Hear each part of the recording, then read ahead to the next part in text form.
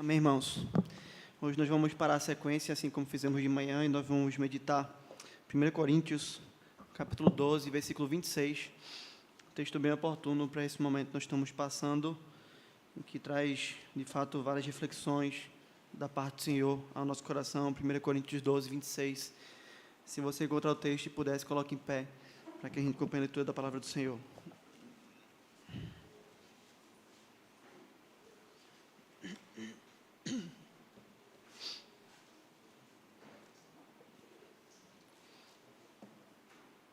Primeira Coríntios, capítulo 12, versículo de número 26.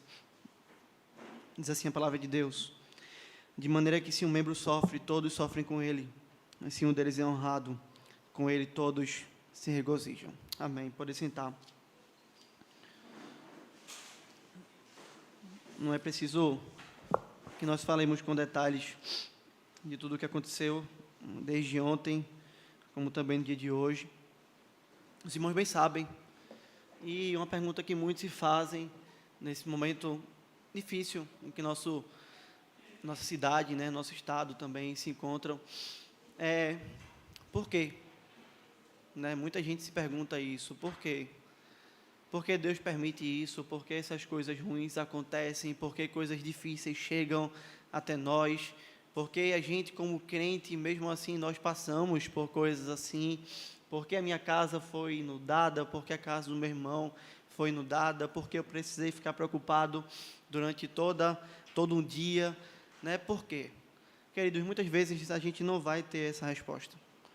Nós não vamos conseguir receber do Senhor uma resposta clara e específica para cada uma das nossas áreas nesses tipos de pensamento. Porque aquilo que Deus faz na sua soberania, Ele não precisa nos explicar por quê. Nós sabemos as respostas gerais que a Escritura nos mostra. Nós sabemos que o Senhor faz todas as coisas para a sua glória. Nós sabemos que nada foge do seu controle. Nós sabemos que o Senhor continua reinando soberanamente. Mas outra coisa também que nós sabemos na Escritura Sagrada é que nesses momentos difíceis o Senhor também não nos deixa sem sabermos aquilo que nós devemos fazer. O Senhor não nos deixa às cegas. O Senhor pode não dizer claramente o porquê específico para mim e para você, mas o Senhor nos aponta princípios claros na sua palavra e também nos aponta, sem sombra de dúvidas, como nós devemos viver, como nós devemos reagir a situações complicadas que chegam até nós, que chegam até o povo de Deus, que ferem até mesmo aqueles a quem a gente ama. E uma das maneiras que nós temos de reagir contrária à palavra de Deus é aquela maneira de quando a gente está olhando na internet, olhando nos noticiários, notícias ruins. Quando nós ouvimos notícias ruins também que vêm da parte dos nossos irmãos, e nós viramos e dizemos assim: oh meu Deus, e agora? Olha o que está acontecendo com essas pessoas. Mas 5 minutos depois, nós estamos jantando como se nada tivesse acontecido. Queridos, não há como negar que essa não seja uma realidade que toma a vida de muitos. Nós nos assustamos, nós dizemos assim: oh, e agora? Que coisa ruim. Mas pouco tempo depois, nós voltamos a jantar, nós voltamos a brincar, nós vamos dormir, e nós estamos tranquilos como se nada tivesse acontecido. Só quando a gente olha a palavra de Deus, essa não é a realidade. Esse não é o ensino do Senhor. Quando a gente vê uma pessoa sofrendo, especialmente ali um irmão na fé sofrendo, essa não é a nossa atitude, ou não deve ser a nossa atitude. E esse texto nos mostra isso de maneira muito clara. Veja, de maneira que se um membro sofre, todos sofrem com ele. E se um deles é honrado, com eles todos se regozijam. Talvez você esteja olhando o texto e você não esteja entendendo, porque ele é um versículo isolado, você leu ele, é parte do contexto. Mas se você observar todo o contexto do capítulo 12, você vai ver que o apóstolo Paulo está tratando sobre a igreja. O apóstolo Paulo está tratando sobre o corpo de Cristo. O apóstolo Paulo está falando sobre os nossos dons, sobre os nossos talentos, aquilo que nós temos, os dons, na realidade, que Deus nos dá e que nós podemos usar para servirmos a esse corpo. Nós vemos que o apóstolo Paulo nos mostra que Cristo é a cabeça e que nós somos o corpo desse Cristo a quem nós servimos. E esse ensino, então, é muito claro na Escritura. E é isso que você precisa entender quando você olha esse texto. Quando você observa esse texto, você precisa sair daqui hoje entendendo que nós somos um corpo. Queridos, que verdade preciosa nós temos aqui. Não vou me deter tanto nessa lição, porque ela já é bem conhecida dos irmãos da igreja, o fato de que nós somos corpo de Cristo, que nós fomos restaurados pelo Senhor, que nós fomos salvos pelo Senhor, que nós fomos enxertados pelo Senhor na videira. Ele é a própria videira, nós somos apenas ramos dessa videira. Nós temos um só Senhor, nós devemos ter uma só mente, porque todos nós temos um só Evangelho, aquele que molda a nossa mente. Veja então o que é que nós somos, irmãos. Nós somos um. Essa é a nossa realidade. Talvez você diga, pastor, mas de novo falando sobre isso, mas mais uma vez nesse texto, queridos, nós precisamos relembrar por diversas vezes a palavra de Deus, para que nós possamos de fato viver essa preciosa palavra. Ora, será que você hoje que diz, mais uma vez, eu estou ouvindo que eu sou corpo de Cristo, será que você hoje tem vivido em todas as áreas da sua vida dessa maneira? Será que você hoje pode levantar a mão aqui e dizer, pastor, nessa área a minha vida é ilibada, nessa área eu não tenho nada que eu possa me consertar, nessa área eu sou um perfeito varão? Ora, irmãos, eu penso que ninguém aqui possa levantar a mão para dizer isso, porque eu não vejo ninguém aqui glorificado. Você vê? Tem algum crente aqui já glorificado, plenamente glorificado? Não há. Então, até o dia da volta de Cristo, a sua palavra permanecerá falando comigo e falando com você, e nos desafiando, e nos instruindo a vivermos nessa realidade, a realidade de que nós somos corpo. Como isso tem sido distorcido em nossos dias, e como eu tenho falado tanto dessas distorções da palavra de Deus em nossos dias, e não é para dizer que nós somos igreja perfeita, pelo contrário, é porque muitas vezes as distorções que temos lá fora, nós temos aqui também, nós encontramos na nossa vida também. Muitas vezes nós vivemos a vida da igreja como se nós não fôssemos o corpo de Cristo. Muitas vezes nós vivemos a vida da igreja como cada um no seu quadrado, como cada um na sua casa, como cada um no seu conforto, como cada um no seu canto. Mas veja, essa não é a realidade da igreja do Senhor. Se isso impacta a sua vida, se isso impacta a minha vida, se o pecado adentra o nosso coração, o Senhor nos dá a sua palavra para restaurar nossa alma, para restaurar nossa vida. E é isso que nós precisamos entender. Todos nós somos membros de um corpo. A pessoa que está ao seu lado e que crê verdadeiramente em Cristo, atrás de você e que crê verdadeiramente em Cristo, e perceba, eu não estou falando de todos, exatamente todos, mas sim de todos aqueles que creem verdadeiramente em Cristo. Essas pessoas são o corpo de Cristo, estão ligadas a você. Não é a sua vida e a vida dela. Não é não me toque, não se porte comigo, eu vivo a minha vida e você vive a sua. Não é você dorme inquieto à noite e eu durmo tranquilo. Não é essa a realidade. A realidade é de proximidade. A realidade é de um cuidado. A realidade é de fato de estar junto, de estar ligado, de estar unido. De uma maneira tão grande que o que acontece com o meu irmão me afeta. O que atinge ao meu irmão me atinge. O que traz sofrimento a ele, traz sofrimento a mim. O que traz alegria a ele, traz alegria a mim também. É isso que Paulo fala. É esse o ensino dele aqui de maneira muito clara nesse texto. Nós somos corpo. Nós somos membros desse corpo. Veja as duas perspectivas desse versículo. De maneira que se uma parte sofre, todos sofrem. Se uma parte se alegra, se regozija, todos se regozijam. Queridos, essa metáfora é preciosa para nós. Uma parte do nosso corpo, quando ela sofre, todos nós sofremos. Todos nós sofremos. Pode ser o seu dedo mindinho, mas se ele tiver câncer, todo o seu corpo vai sofrer. Pode ser um órgão que você não viu e que você não vê, que você nunca nem fez uma ultrassom nele, que você, por não estudar biologia, nem sabia que ele existia, mas se aquele órgão estiver sofrendo, todo o seu corpo vai sofrer. Se você tiver com dor de cabeça, todo o seu corpo sofre. Esse é o ensino bíblico. Se uma parte do corpo sofre, todo o corpo sofre com ele. Não há nada que nós podemos fazer quando a parte do nosso corpo sofre, não é?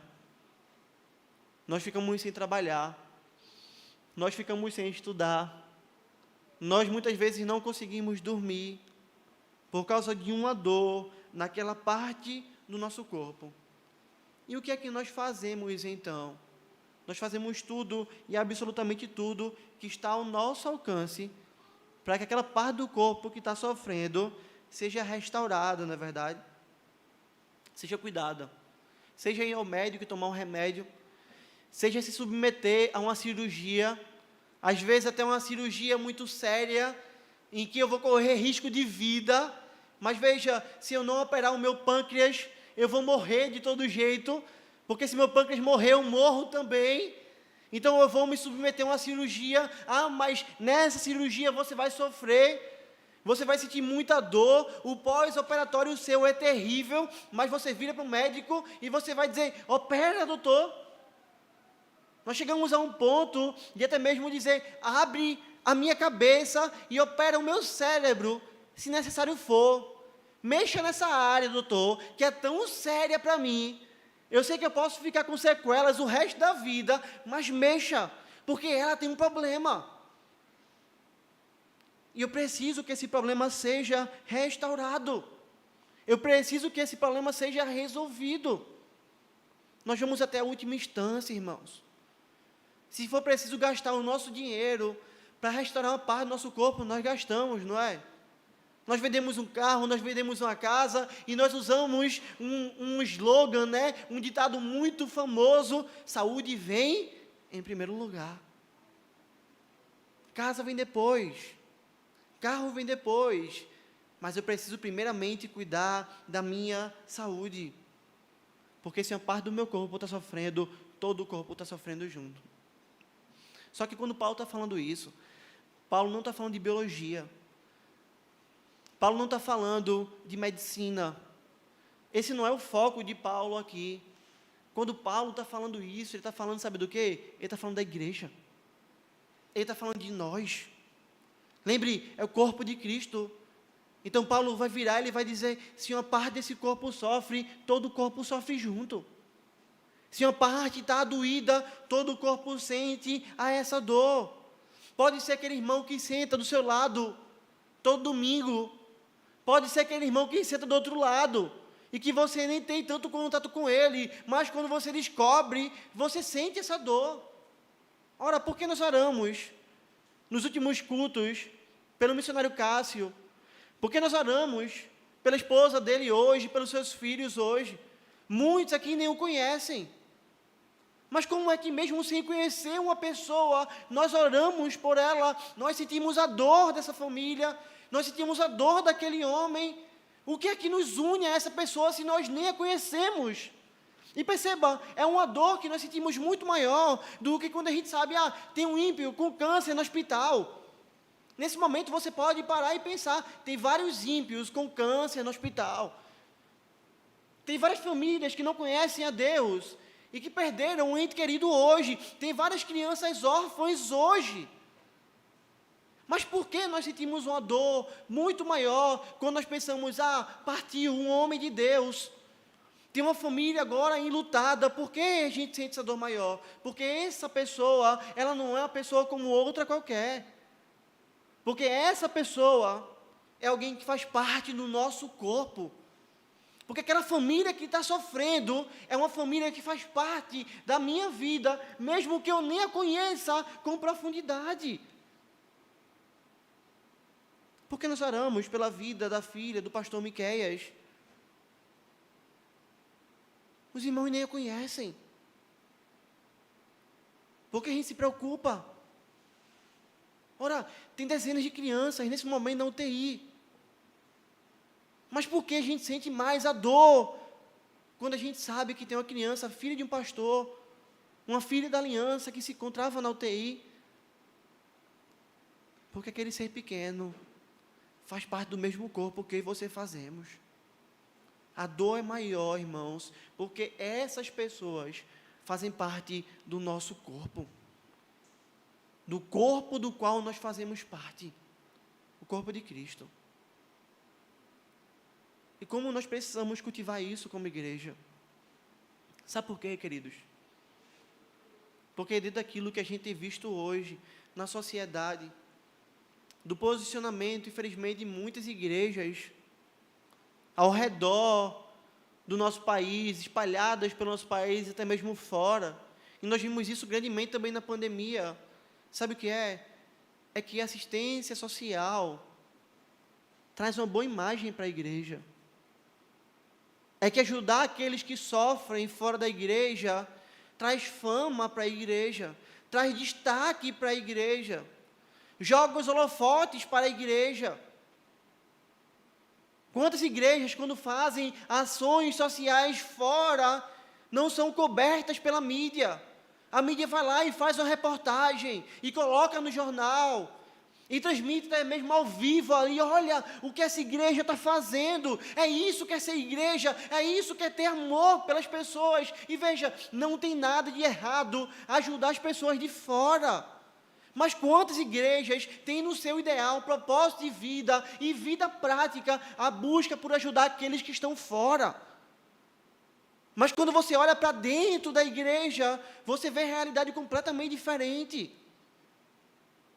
São pessoas que não se conhecem, são pessoas que não conversam entre si, são pessoas que não fazem parte da vida um do outro, são pessoas que não investem na vida do outro, são pessoas que não choram com aqueles irmãos deles que choram. Sabe por quê, queridos? Porque isso dá trabalho. E porque isso não tem holofote muitas vezes. Mas fazer uma marmita, levar para alguém que está na rua, entregar e dizer, Deus te abençoe, é muito mais simples, não é? É muito mais simples do que receber uma ligação de 3 horas da manhã, de um irmão desesperado, e você saber, eu preciso me incomodar com ele.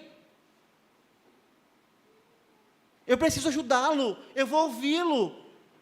Do que discipular aquele irmão que está fraco na fé, caindo em pecado, sofrendo com o seu pecado e gritando, pedindo ajuda, e você dizer, eu estou aqui. Você já viu alguma reportagem dessa na mídia? Já viu holofote colocado sobre isso? Isso não traz holofote. Só que Jesus fala que a nossa característica como discípulos dele não é se nós ajudamos muito aqueles que estão fora. Jesus diz para mim e para você que nós seremos reconhecidos como filhos dele se nós tivermos amor uns para com os outros. Uns para com os outros.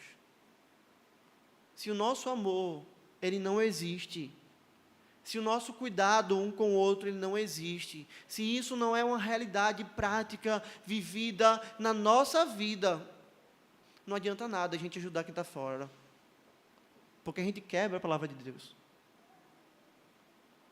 Os irmãos viram o texto de Gálatas hoje, colocado no grupo da igreja. O apóstolo Paulo fala que nós devemos fazer o bem a todos, mas primeiro aos da família da fé. Primeiro aqueles que estão debaixo do mesmo sacrifício que nós estamos. Primeiro aqueles que fazem parte do mesmo corpo que nós sofremos. Que nós fazemos e que nós sofremos junto com eles. Essa é a instrução do apóstolo Paulo. Primeiro os da família da fé. Você percebe como toda parte de ação social feita pela igreja, a parte de um amor prático na nossa vida é hipocrisia. Não é viver o evangelho. Por quê? Porque eu me incomodo com quem não é família, mas eu deixo de me incomodar com quem é família, e isso é antibíblico. Isso é antibíblico. A própria palavra de Deus nos diz que se alguém cuida de outras pessoas, mas não cuida da sua família, está negando a fé. Falando agora da família de sangue. Se alguém não cuida daqueles que são familiares seus, se alguém menospreza aqueles que são seus familiares, nega a fé. Olha a instrução do apóstolo Paulo. Se a parte do corpo sofre, todo corpo sofre junto. Sempre que eu falo nesse texto, eu não tenho como deixar de me lembrar daqueles irmãos que sofrem com perseguição e que são tão esquecidos por nós. Ora, queridos, como nós nos incomodamos quando a gente vê notícia como da semana de um homem entrando numa escola nos Estados Unidos e matando professores e adolescentes ali. Como a gente olha para aquilo e faz, nossa, que coisa difícil. Mas como nós nos esquecemos daqueles irmãos nossos que estão sendo perseguidos por causa da sua fé? Daqueles que são expulsos de casa em países muçulmanos, deserdados pelos seus pais porque creem em Cristo.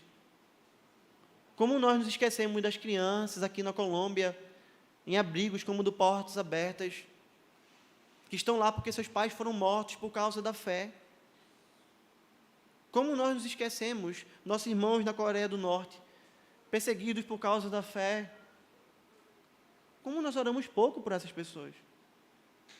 Como nós sentimos pouco a dor delas. Como nós fazemos pouco para servirmos esses irmãos, não é verdade? Só que veja, se uma parte do corpo sofre, todos sofrem, eles são parte do corpo. O autor aos Hebreus, que nós não sabemos quem é, ele usa esse mesmo princípio do apóstolo Paulo, quando ele vai dizer assim, lembrai-vos dos encarcerados como se presos com ele, dos que sofrem maus tratos, como se com efeito vós mesmos em pessoa fosseis os maltratados. Veja como o autor aos Hebreus tem o mesmo entendimento de Paulo. Se lembrem dos encarcerados como se vocês estivessem presos. É como se você estivesse lá. Se lembra daquele que sofre maus tratos como se tivesse você sofrendo maltrato. Como se isso fosse na sua carne. Você que tem filho, se lembra daquela criança que está no abrigo do Portas Abertas, como se fosse seu filho que estivesse lá. É essa a instrução. Obviamente, irmãos, a gente não vai conseguir cuidar do mundo todo. Nós não vamos conseguir cuidar do mundo todo. Mas a grande pergunta é, nós estamos fazendo aquilo que nós temos a capacidade de fazer? Ou nós estamos vivendo na nossa zona de conforto, deitados no nosso sofá, com pernas para cima, e sentados na nossa mesa farta, sem se incomodar com aqueles que são irmãos nossos?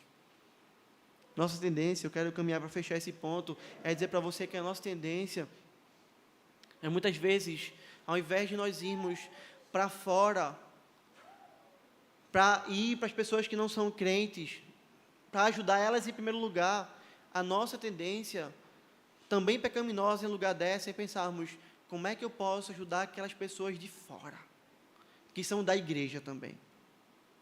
Como é que eu posso servir a elas? Nos esquecendo de servirmos aqueles que estão no nosso meio. Nos esquecendo de fazermos isso. Ora, como seria a nossa vida na igreja se nós de fato nos importássemos uns com os outros, como esse texto nos diz? Como seria a nossa relação uns com os outros se nós de fato nos importássemos assim? Como a palavra de Deus nos diz. Eu imagino que nós teríamos algo diferente aqui, não imagino? Algo seria diferente na nossa vida, queridos. Não adianta a gente estar pensando em servir irmãos nossos que estão fora, se a gente não serve aqueles que estão aqui. São vários os irmãos que chegam para pastores, são vários os relatos que nós temos de gente dizendo, pastor, eu quero ser missionário. Quero pregar. Mas você prega no seu bairro? Não. É a mesma coisa. É a mesma coisa. O Senhor chama a mim e a você, irmãos, para uma realidade completamente diferente.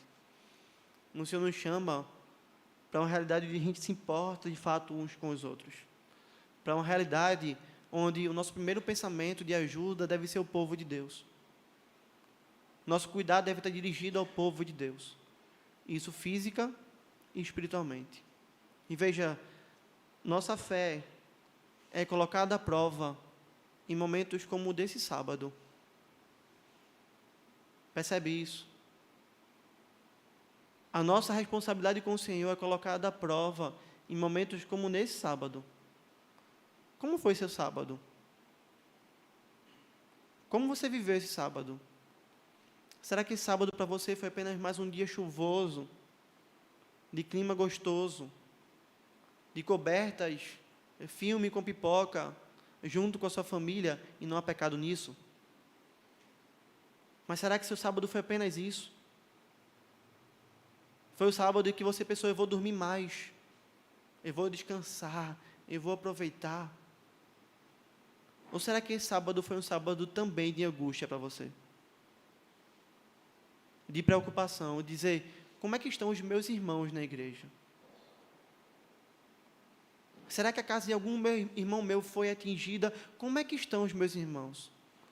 Como é que estão os meus irmãos de outras igrejas? Como é que eles estão? Será que alguém morreu?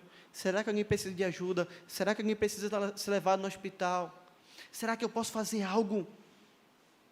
Quando você recebeu notícia da casa de irmãos que foi ali alagada, de imóveis que foram perdidos, será que você olhou para aquilo e disse, ok, e continuou a comer? Ou será que você sentiu dor daqueles irmãos? Percebe como a nossa fé é colocada à prática, à prova, nesses momentos? Partes do nosso corpo sofreram. Será que nós sofremos juntos? Só tem duas coisas, queridos, que fazem a gente não sofrer quando a parte do corpo sofre. Duas coisas. Uma delas é a doença. Nós podemos estar tão adoecidos que nós não chegamos a não sentirmos mais a dor. É como uma pele que foi cauterizada. Ela foi queimada, as terminações nervosas foram queimadas e ela não sente mais dor. Tem uma doença que ataca o sistema nervoso da pessoa que ela não sente dor. Veja o grau de doença da pessoa. Veja, ou essa é a sua realidade, de você estar tão endurecido pelo pecado que você consegue viver a sua vida no meio de sofrimento de irmãos seus e você não sente dor. Ou a outra realidade é, você não é parte do corpo. Porque só sente dor quem é parte do corpo. Se a parte do corpo sofre, todo o corpo sofre junto. Então, para sentir dor, precisa estar no corpo. Se você não sente a dor dos seus irmãos que sofrem, você pode não estar no corpo de Cristo e eles podem nem ser seus irmãos. E é por isso que você não sente essa dor. Não tem outra explicação. Ou o pecado endureceu, ou você não é parte do corpo de Cristo. Mas veja, para essas duas situações, a única solução para a sua vida é o quê? É Cristo. É se arrepender dos seus pecados e rogar que Cristo tire essa dureza de coração.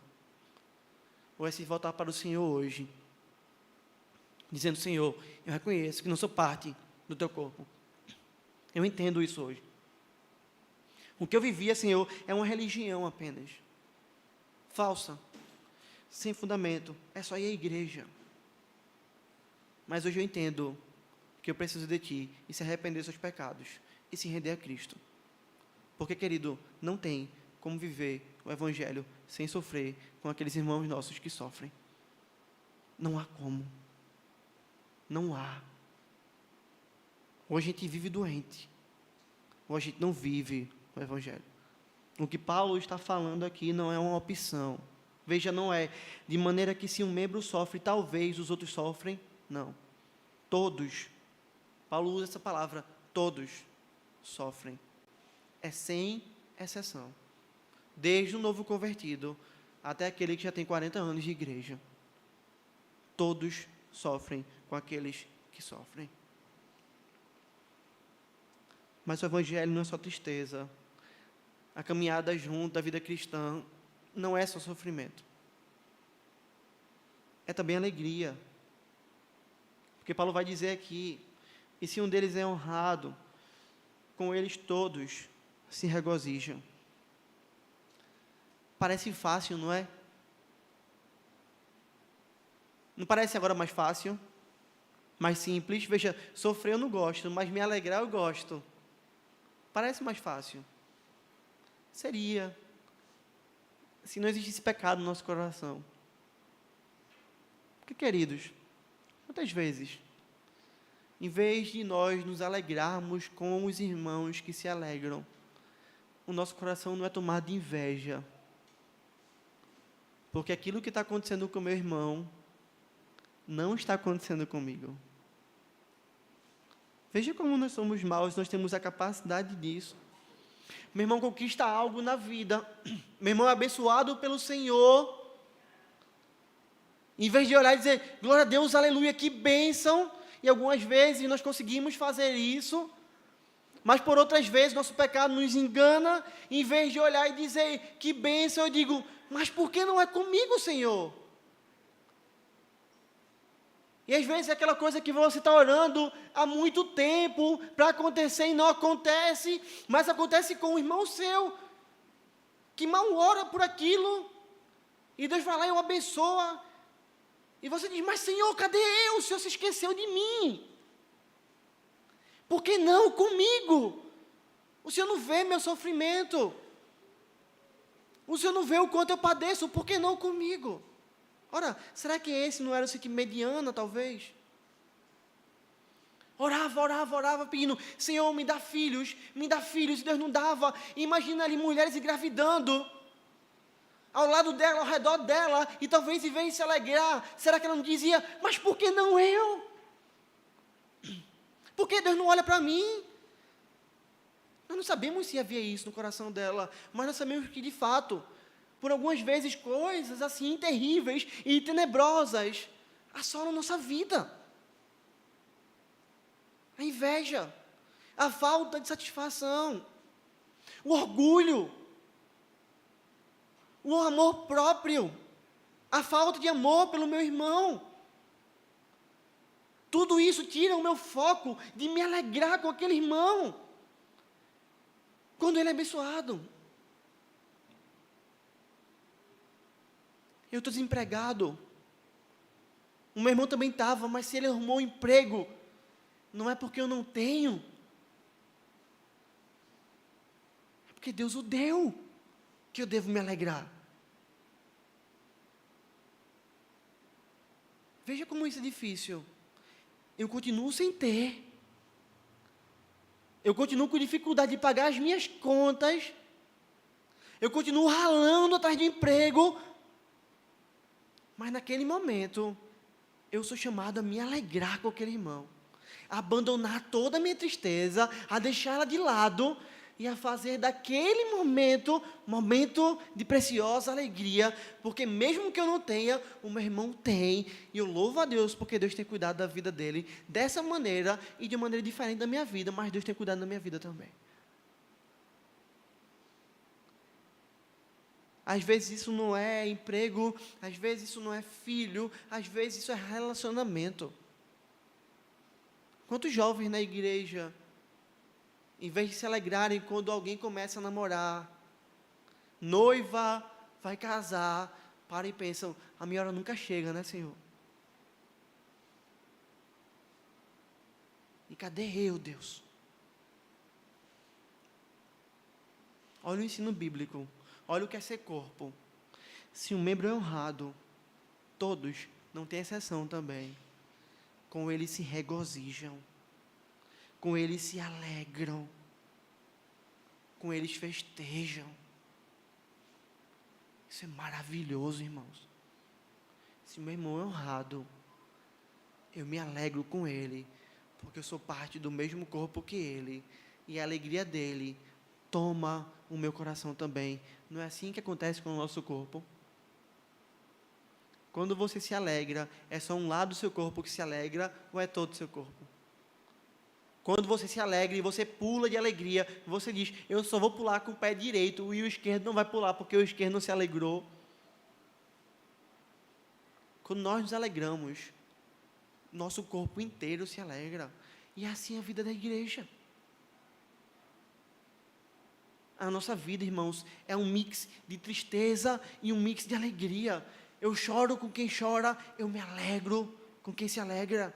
Eu posso sair de um velório de manhã, e eu posso ir a um hospital, celebrar o nascimento de uma criança à noite. De manhã eu estou chorando, À noite eu estou sorrindo.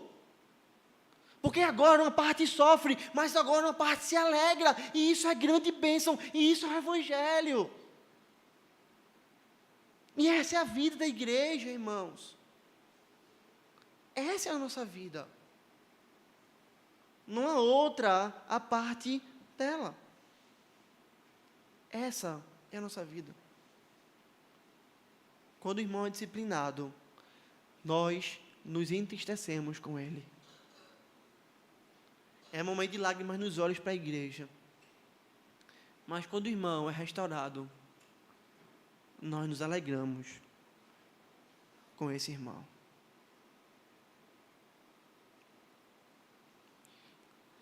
Qual vai ser a sua atitude quando sair daqui?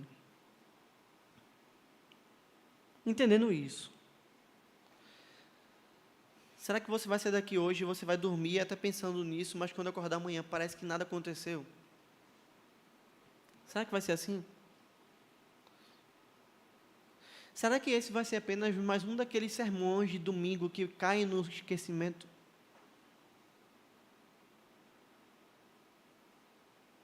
Será que você vai guardar ele na sua caixinha de sermão e vai dizer, check, está guardado, é mais um sermão?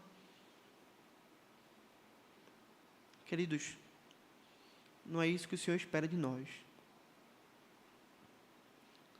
Porque se nós nos chamamos de cristãos, nós professamos a todos os dias da nossa vida servir a um Cristo que sentiu a nossa dor. Nós professamos todos os dias servir a um Cristo que teve empatia comigo e com você. Dos mais altos céus, obedecendo à vontade do Pai, o Senhor olhou para mim e para você e viu o tremendo sofrimento que nos aguardava e o tremendo sofrimento que nós enfrentávamos, e Ele veio a essa terra e Ele sofreu tudo o que Ele precisava sofrer em nosso lugar. E Ele chorou, e Ele verteu cada gota de sangue que Ele precisava verter em nosso lugar. Ao terceiro dia Ele ressuscitou, para que nós pudéssemos nos alegrar com Ele. O nosso Cristo é o maior exemplo para a minha vida e para a sua, de como nós devemos agir com a igreja, sofrendo e nos alegrando. Na sua ressurreição, foi exultação para o povo de Deus. E se nós nos chamamos de cristãos, se nós batemos no peito e dizemos quando alguém nos pergunta, eu sou crente, sou cristão, não há outro modo que não seja viver como o nosso Cristo viveu, percebe? Porque ser um cristão é ser um pequeno Cristo.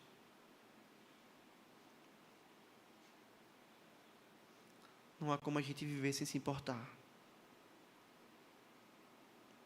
Talvez você possa dizer, mas pastor, eu estou orando pelos meus irmãos da igreja.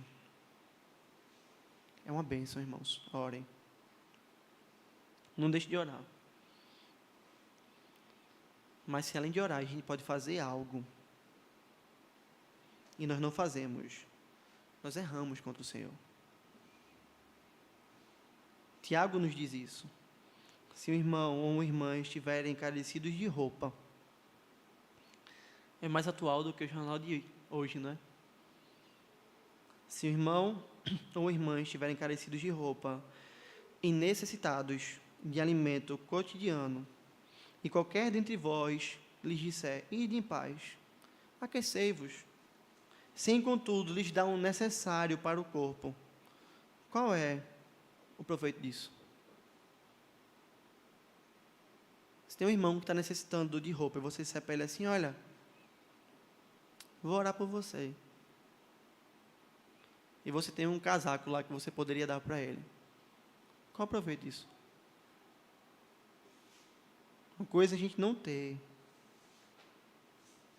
A outra coisa é a gente ter e dizer que vai orar. Se nós não temos, nós dizemos, nós vamos orar por você.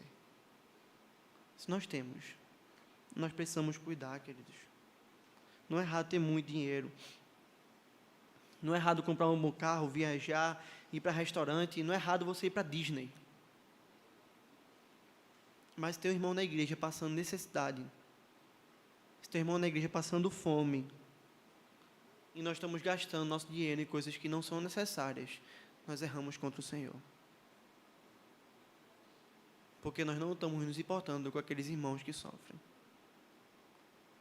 E aqui, antes que você vá levantar o manifesto comunista e dizer, Marx estava certo, essa não é a defesa do marxismo. Na igreja do Senhor sempre vai haver rico e pobre. Havia na época de Cristo, havia em Israel. O Senhor nunca defendeu que todos nós temos que ter as mesmas coisas. Mas o Senhor sempre nos disse que não deve haver necessidade no meio do povo dele. Que não deve haver alguém precisando de algo de necessidade. Não por preguiça, porque se aquele irmão que está sendo preguiçoso, a gente deixa ele passar fome. Ele vai colher como fruto do pecado dele. Mas aquele irmão que é trabalhador, aquele irmão que é esforçado, ele não pode passar por necessidade, se nós temos algo além daquilo que nós precisamos, e nós podemos acudi-lo em amor. Não adianta nada só orar, se nós também podemos servir. Eu quero caminhar para fechar essa mensagem de hoje, a pregação de hoje, dizendo para você e para o meu coração, que essa é a vontade de Deus para a nossa vida como igreja. É que nós vivamos unidos de tal maneira, se incomodando com o outro de tal maneira, se alegrando com o outro de tal maneira, que nós vivemos em uma unidade tão grande, para que a gente possa, com essa unidade, anunciar Cristo. Você já viu algum lugar que isso acontece? Pessoas sofrendo com as outras quando elas sofrem, pessoas se alegrando com as outras quando elas se alegram. Não há outro lugar que isso possa acontecer de maneira tão plena como pode acontecer no meio do povo de Deus. E é por isso que Jesus, na sua oração sacerdotal, quando ele vai orar pela sua igreja, ele ora pelos apóstolos, e ele ora por mim e por você. Porque ele ora por aqueles que iriam crer por meio da pregação dos apóstolos. E quando Jesus ora por mim e por você, ele não gasta tempo pedindo, dá um carro para ele, Senhor, dá uma casa, abençoa ele com a viagem na Disney, faz ser aprovado no concurso. Mas Jesus gasta tempo dizendo assim ao Pai, não rogo somente por estes, mas também por aqueles que vierem a crer em mim, por intermédio da sua palavra, eu e você. Olha o que ele pede, a fim de que todos sejam um. Como és tu, ó Pai, em mim, e eu em ti, sejam eles em nós, para que o mundo creia que tu me enviaste. Jesus pede pela nossa unidade. Eu peço, Pai, para que eles sejam um. Só que olha o padrão que o Senhor pede para a nossa unidade. Assim como o Senhor, Pai, é em mim e eu sou em ti. Assim como eu sou um contigo, Pai, e o Senhor é um comigo, é dessa maneira que eu peço para que a tua igreja seja uma também. Você percebe como o padrão de unidade é muito mais alto do que aquilo que nós temos vivido? O padrão de unidade do Senhor para nós é, assim como o Filho e o Pai são um. Assim nós devemos ser um também. Olha o que Jesus diz quando perguntam a ele, a gente viu isso em João, quem vê a mim vê o Pai. É a mesma coisa, irmãos. Quem vê a você vê o seu irmão. Quem vê a você vê a igreja. Quem vê a você vê uma parte do corpo de Cristo. É assim que nós devemos ser identificados, irmãos. É assim que nós devemos viver. E se a gente viver assim, aí não vai ser a mídia que vai fazer reportagem mostrando as nossas obras sociais. Se a gente viver assim, O que vai chocar esse mundo não são os jornais, são as pessoas chegarem aqui na igreja, sentarem no banco da igreja, gastarem tempo com a gente, observarem como nós tratamos uns aos outros, como nós cuidamos uns dos outros. Essas pessoas vão virar e vão dizer: se esse povo se diz cristão e eles vivem assim, é porque de fato Cristo existe. Que é isso que o Pai pede, para que o mundo creia que tu me enviastes, ó Pai. Porque eles vão vir aqui e eles vão encontrar algo completamente diferente do mundo. Eles vão vir na igreja, eles vão conviver com a igreja, e eles vão ver na igreja um pedaço do céu. Povo que vive unido, na alegria e na tristeza, na saúde e na doença, em todo o tempo. Até que temporariamente a morte separe, para que quando a gente se encontrar de novo com Cristo, quando Cristo voltar, todos nós estejamos unidos para todo sempre. Que nós possamos viver esse Evangelho, não teoricamente, mas verdadeiramente. E que isso nos abençoe e nos leve a uma unidade tão grande como o corpo. Que as pessoas que entrarem aqui sejam chocadas pela pregação do Evangelho na nossa vida. Que você possa olhar para as pessoas que estão ao seu lado, ao seu redor, e saberem, não é só um pedaço de carne que está ali, não é só um número que está ali. Quem está ali é meu irmão. E a vida dele